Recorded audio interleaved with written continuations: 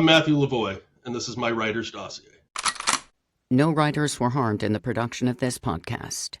Matthew Lavoie on the writer's dossier. Dude, you are one of the funniest guys that I know and have had the pleasure of being around. I'm going to put it this way. If David Baldacci and Michael Connelly had had a big hairy baby, that baby would have grown up and written Main Street Fringe. And I want everyone to know why. Main Street Fringe, you combine the perfect world of beltway politics and crime. I mean, I'm parts of this and I'm reading and I'm thinking, man, this is a Connelly or this is a Bosch episode or this is a, some, and then I'm like, this is a Baldacci. This is a legal thriller. And I've got politics, I've got crime, and I've got cops. I mean, dude, you nailed it. Tell us a little bit about Main Street Fringe. Thanks so much, Jeff. I'm really happy. You're picturing yourself as a big hairy baby, right? With two dads. I am. All I can ask for is another juice box and candy. Yeah, I mean, you put me like literally directly on the spot. It'd be funny. I feel like I need to tell the aristocrats joke right now. So I think I want to, again, thank you so much for having me on. And, thank you for the kind words there. I mean, Main Street Fringe is fundamentally about people you know. And the thing is, all those things build into our society and our everyday life. And, I've been in politics for a long time and, DC, but also traveling around the country and seeing, really what makes the herd move in that sense, when the Tea Party started and other things like that. And getting a sense what people were upset with, where they felt like things weren't going right in their life. And, part of this culture that exists within our country, but I think it's worldwide, is it's a blame culture. If you don't have what you feel you deserve, somebody's to blame. And sometimes it's just normal, everyday frustration, but that can bleed. And so many people, as a result, and I think partially because of the internet, are not too far away from radicalization. And so that's where I came in, but I wanted to put all of that into the story with all the elements that you mentioned, because it's what makes up the day-to-day life. Crime is all around us. Politics we can't seem to get away from. You've done a really good job of taking a thing that's out there in the news, a particular crime that makes you want to, as a reader, stand up and cheer for the cops. And the fact that one of your guys is a politician involved in this particular crime makes you say, yes, that's it. See, they're all corrupt. So you mentioned something about being involved in politics. Without going into a lot of names there, I mean, you can if you want to. I know some of them. We've talked about it. You've done some really cool things out there. Actually, Scout's honor here, folks. And full disclosure, Matt Lavoie is a friend, and we've hit the circuit. We've been around together on the conferences. We text all the time. But you did a really good job here, not making it about politics, but still covering politics. Tell us about what you've done in that world and how it ended up in this book. Yeah, I mean, that was part of the intent as I set out to write it, because in my experience, traveling the country, being at different, political rallies, conferences and things like that, and doing the regular diner stops, just talking to people from literally, most of the 50 states. Alaska's still elusive. But the thing is, these complaints, the anger, the frustrations that exist aren't partisan. They're life issues. Can you put your kid through school? Can you pay your car insurance, food on the table, those kind of things. And, I did some research as well. Folks who really dive into a conspiracy culture. Should we not be checking your internet browser history right now? Thank God for incognito. Incognito. Well, what is the main crime that this book kicks off with? I mean, Theo Barnes, he's a dude. He's got kind of like the perfect life. He's a cop, but he's investigating a particular crime with some politicians involved. Tell us about that. Sure. And yeah, so he, he's got a strong resume, but he runs at that point the Internet Crimes Division for the Virginia State Police. And part of that is running and investigating sex stings. And a state senator gets wrapped up in that as the perpetrator. And so while that is, of course, the inciting incident, that is, the big first crime, I would argue that the crime that ensues is the circling of the wagons and the, protecting, their own, and, folks with power can kind of escape certain things. And, the internal politics that exist within, the state police, within local police departments within, obviously Washington, D.C., and every town and city in America. And, so that sparks a situation where our hero, Theo, is set adrift, and his reputation is destroyed by this very real government conspiracy to push him out. And it leads him into a mindset where he's not sure, and he knows he's been screwed. He's not sure what's next. Meanwhile, through no intention of his own, he's become the online darling of the QAnon types, conspiracy theorists that view him as a victim of the deep state. And he's set, in that position, and the FBI comes calling, and they've got this conspiracy cabal that's wreaking havoc around the country. They can't break in, and they want him to go undercover as himself. And that's kind of the script flipper here, is that he has no protection for everything that he holds dear. Most undercover agents, if your name is Joe Smith, you go undercover as, Hezekiah Fuddy Duddy, and right. There's a reason that I don't pick the names for the cops, but the thing is, his mindset isn't that far away from the people that he's investigating, because he's been screwed and they feel like they've been screwed. And that's, in a way that is the true crime that's been happening, but also the crime of those who would exploit that sort of frustration and desperation as well. You said you don't pick the names for the cops. Two things along those lines. First, Theo Barnes makes me immediately think I need to go down to Barnes and Noble and go buy this book. Nice. I like that. That is a happy accident. And two, I love that you made Theo Barnes, the main guy in Main Street Fringe by Matthew Lavoie, you made him a Virginia state cop. I love that because it's a little different. It's not like I'm a city cop, or I'm a Phoebe, or I'm a CIA guy, or it's just kind of recycled where they come from. Of course, there are only so many choices you can have, or like I mentioned Bosch earlier, cop, all this New York cop, all that, wherever you come from, you made him a Virginia state cop. I like that. What did you give that a lot of thought? I mean, especially when you're dealing in the NBA and they're in Northern Virginia, there's a lot of agencies. I could have made him a NCIS agent, one of the hugest shows ever. What thought process went into you making him someone in Virginia State? The thing is, I know all those agencies, and law enforcement, they work long hours. It's a hard job. Were you a customer or I've heard tell. Okay. I haven't been a guest of them yet. But I mean, the thing is, what I wanted was a guy who was outside of that job, living the come home to your family, your kids, normal life, relatively small town. They live in Charlottesville, Virginia. And that's the environment I wanted him in, because I wanted him close to the people who are being affected by these things. And that geolocation mattered more than the prestige of a title. The FBI comes calling, and it's, and frankly, they're an agency and it's a device, and they would have purview over a national situation like that. But I wanted him to have aspirations that were more about his family. And if you read the book, you can definitely see what he's running from, not just with the supposedly top level agencies, but also his own family past as well, from growing up and everything like that, what he's trying to build there. So it seemed like the perfect place to be. And also, I love Charlottesville, and it's nice to go and do research there too. So UVA, yeah, absolutely. No, it's a lot of fun. That's a great area. I'd lived in DC for a while myself. Did not rise to the ranks of Matthew Lavoie in the inner sanctum of politics. Yes. Hey, though, so let's talk a little bit about how you got here. Okay, so we're going to skip that part. I walked down the stairs, and there's my computer. That's how there it was.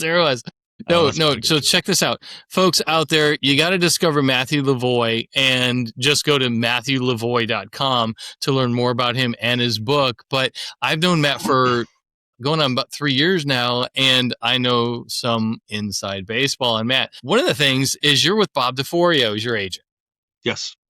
You have been working on this book for some time, and you and I have had some conversations about the challenges of getting an agent and then getting them to read it and then getting them to push it out. And then you hear this on other podcasts and you hear it at writers' conferences when agents talk. You've got to find someone who's going to champion your book or believes in your book, who's going to go out there and really sell it. Did you ever have any doubts over the last 3 years that you would be sitting here now talking about the upcoming release of your book on September 1st? Yeah, I mean, all the way through, because each step of the path, from the moment you sit down to write a book to the moment that you finish, to the moment that you try to get an agent, to the moment that you get one, there's time in between. And frankly, like at each step of the way in my head, I went, all right, New York Times bestseller list, next stop. No, that's not even close to it. It's the thing is, outside of writing the book, every other decision you're waiting on somebody else. And that's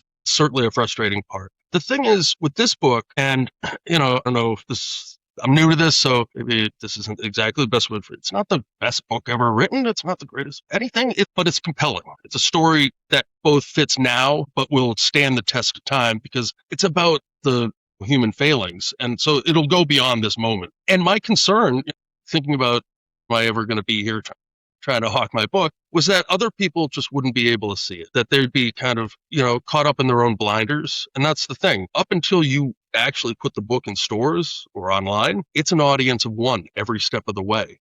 And they're bringing their own bias and opinions, and some are valid and some are ridiculous. And so the thing is, I definitely doubted it, but it wasn't a doubt of my own story. And I leaned against the door like hell to make this happen. I networked, I reverse engineered the process of getting an agent. I don't like to wait in line. And, trying to find a way that would achieve my goals ethically was essential. And I wouldn't be here without that either. So that's certainly something. Main Street Fringe coming from Level Best Books. It is September 1st, right? Yes, September 1st. So you go ahead and cancel your beach plans. No Labor Day. just sit in a dark room with a solitary swinging light bulb and read. That's how I plan to celebrate. Zuni.com is a small, dynamic website development company that has created, designed, and maintained author websites for over 25 years. They specialize in customized WordPress sites for writers of all genres, for both debut authors and those with dozens of books. They also support branding through print and online ads, social media design, custom newsletters, and other promotional materials. While they're in the business of creating functional beauty, they're best known for their individualized attention to clients and details, along with amazing responsiveness. Every web designer has a different style, so to see if Zuni is right for you, take a look at their designs. They're all well-organized, creative, professional, and convey a sense of the author's personality. See what I mean at xuni.com. That's Zuni.com.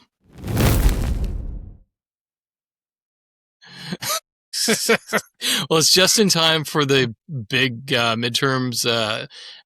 We're kind of in the middle of a lot of politics here. And if you're tired of politics and you're tired of hearing everything that's going on in the news and around the world, this book is still a good escape. Because what you see happen with the crime, with the cops and the politicians, I think you're going to walk away, folks, refreshed, even in this political environment. I think it's perfect timing. It's a perfect topic. Yeah, I think so too, Jeff. I mean, fundamentally, Main Street Fringe, it's politically adjacent. But the difference is it's not about the power players. It's not about what they're telling you, what you're seeing every day on the news, what they're telling you when they say believe anything but your own eyes. This is about you and your neighbors. This is about the same issues that you're facing, but it gives action to it. And I think that's the difference. It's like you'd asked before about my pathway. That was something that some folks talked about. It was like, oh, people wanted to escape. And I said, this gives them agency in the literary world when all they're getting is talking to from, the president, Congress, forget it, their local school boards about what's best for them. This is about somebody setting out for what's best for him and his family. Do you really think that we're all closer to the middle? I think in person, that is the difference. In person, the dialogue, the debate is almost always much more civil. The difference is people retreat both to the internet or to their own circles where it's just these echo chambers. And this is the problem with conspiracy theories as well. They're not hearing anything different. And therefore, they can be more bombastic, more attacking. The other side is no longer putting forth a different idea. They're coming for you, and they're therefore your enemy. But when we're together, when we're in person, I mean, and this is the thing, you watch normally on, the House or the Senate floor, they're much kinder than they are in a news interview. Yeah. That's because they're not in front of them. And if we could find a way to enforce the elimination of the telephone tough guy motif, then I think we'd be able to have a little more diplomacy, a little more compromise, and a little more understanding that what's good for me is usually good for you too. Well, what would be good for all of us would be having to make the choice between Netflix series or Amazon special. Yes. If you're going to write the screenplay, or if you and I are going to sit down and write the screenplay together, just nudge. Would you go for an 8-episode series, kind of like the first thing of The Night Agent, how that came out from Matthew Quirks, or would you want the Gray Man and 90-minute feature film? What would you? I think this lends itself better to a limited series, to episodic. I mean, because fundamentally, again, it's a story about the people, and there's plenty of action, and there's lots of different danger and dramatic situations that are happening. But I think this, in the same way with a book, it plays out as you get to know them and their motivations. And I'm going to give one, it's not really a spoiler, but just one example of this is that one of the guys in the conspiracy cabal, again, you get to know them. He's worried, and he references a conspiracy that I've heard since I worked for Congress 20 years ago, about how the UN was building a super highway for illegal immigrants to come up through Mexico and run through the center of the United States so they could come in and take our jobs. And, again, it's kind of bananas. Please, someone take my job. I can't stand it.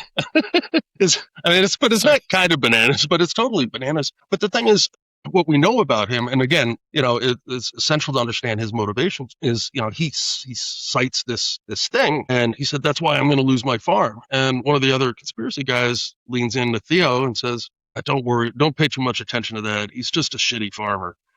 But it's funny, it's meant to be funny, but it's also an indication that he's afraid of losing his farm, and somebody's got to take the blame, and he's worried about that kind of stuff. And again, when you talk about getting to know why this is happening and why your neighbors are like that, and why the homecoming queen from your high school now posts things about how ventilators are meant to clone you, that's the kind of thing that gives you at least a little better understanding. So it's harder to do that in 90 minutes, but hey, you know what? Having nothing, I'm open. Sounds like your last online date. All right. Hey, who plays Theo Barnes in the special? Who are you pulling out of Hollywood to be Theo Barnes? As I wrote it, kind of, I didn't set off with something in mind, but I think like, if you're going like super handsome, it's like the Jake Gyllenhaal kind of thing. I think he's about the right age. Boyd Morrison's getting into acting. Yeah, give him a call here. I'll text him. Yeah. So I don't want to typecast him as a cop. So because when it turns into a mega hit, that's all I'll think of.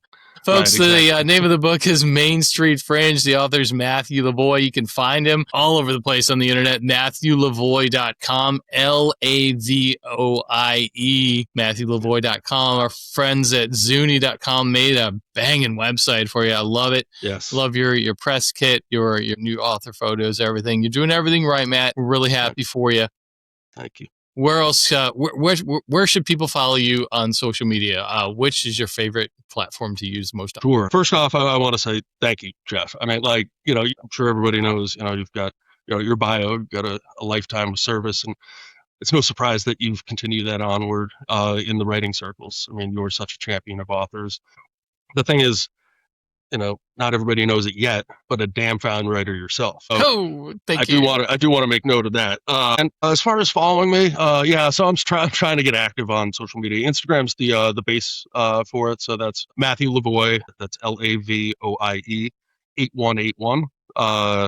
That's Instagram, and Matthew Lavoie author on Facebook. But I got to tell you, at this point, it's just a lot of the same crisscross content as I work that out. But those are the good places to find me. And otherwise, thank you so much, Jeff. This is really, it's a pleasure, and I'm very proud of this, and I look forward to everything that comes with it. We can't wait. September 1st, Main Street Fringe from Level Best Books, Matthew Lavoie. Look him up, folks. Thanks a lot. Good night, Canada. The Dossier podcast is a production of The Idea Academy.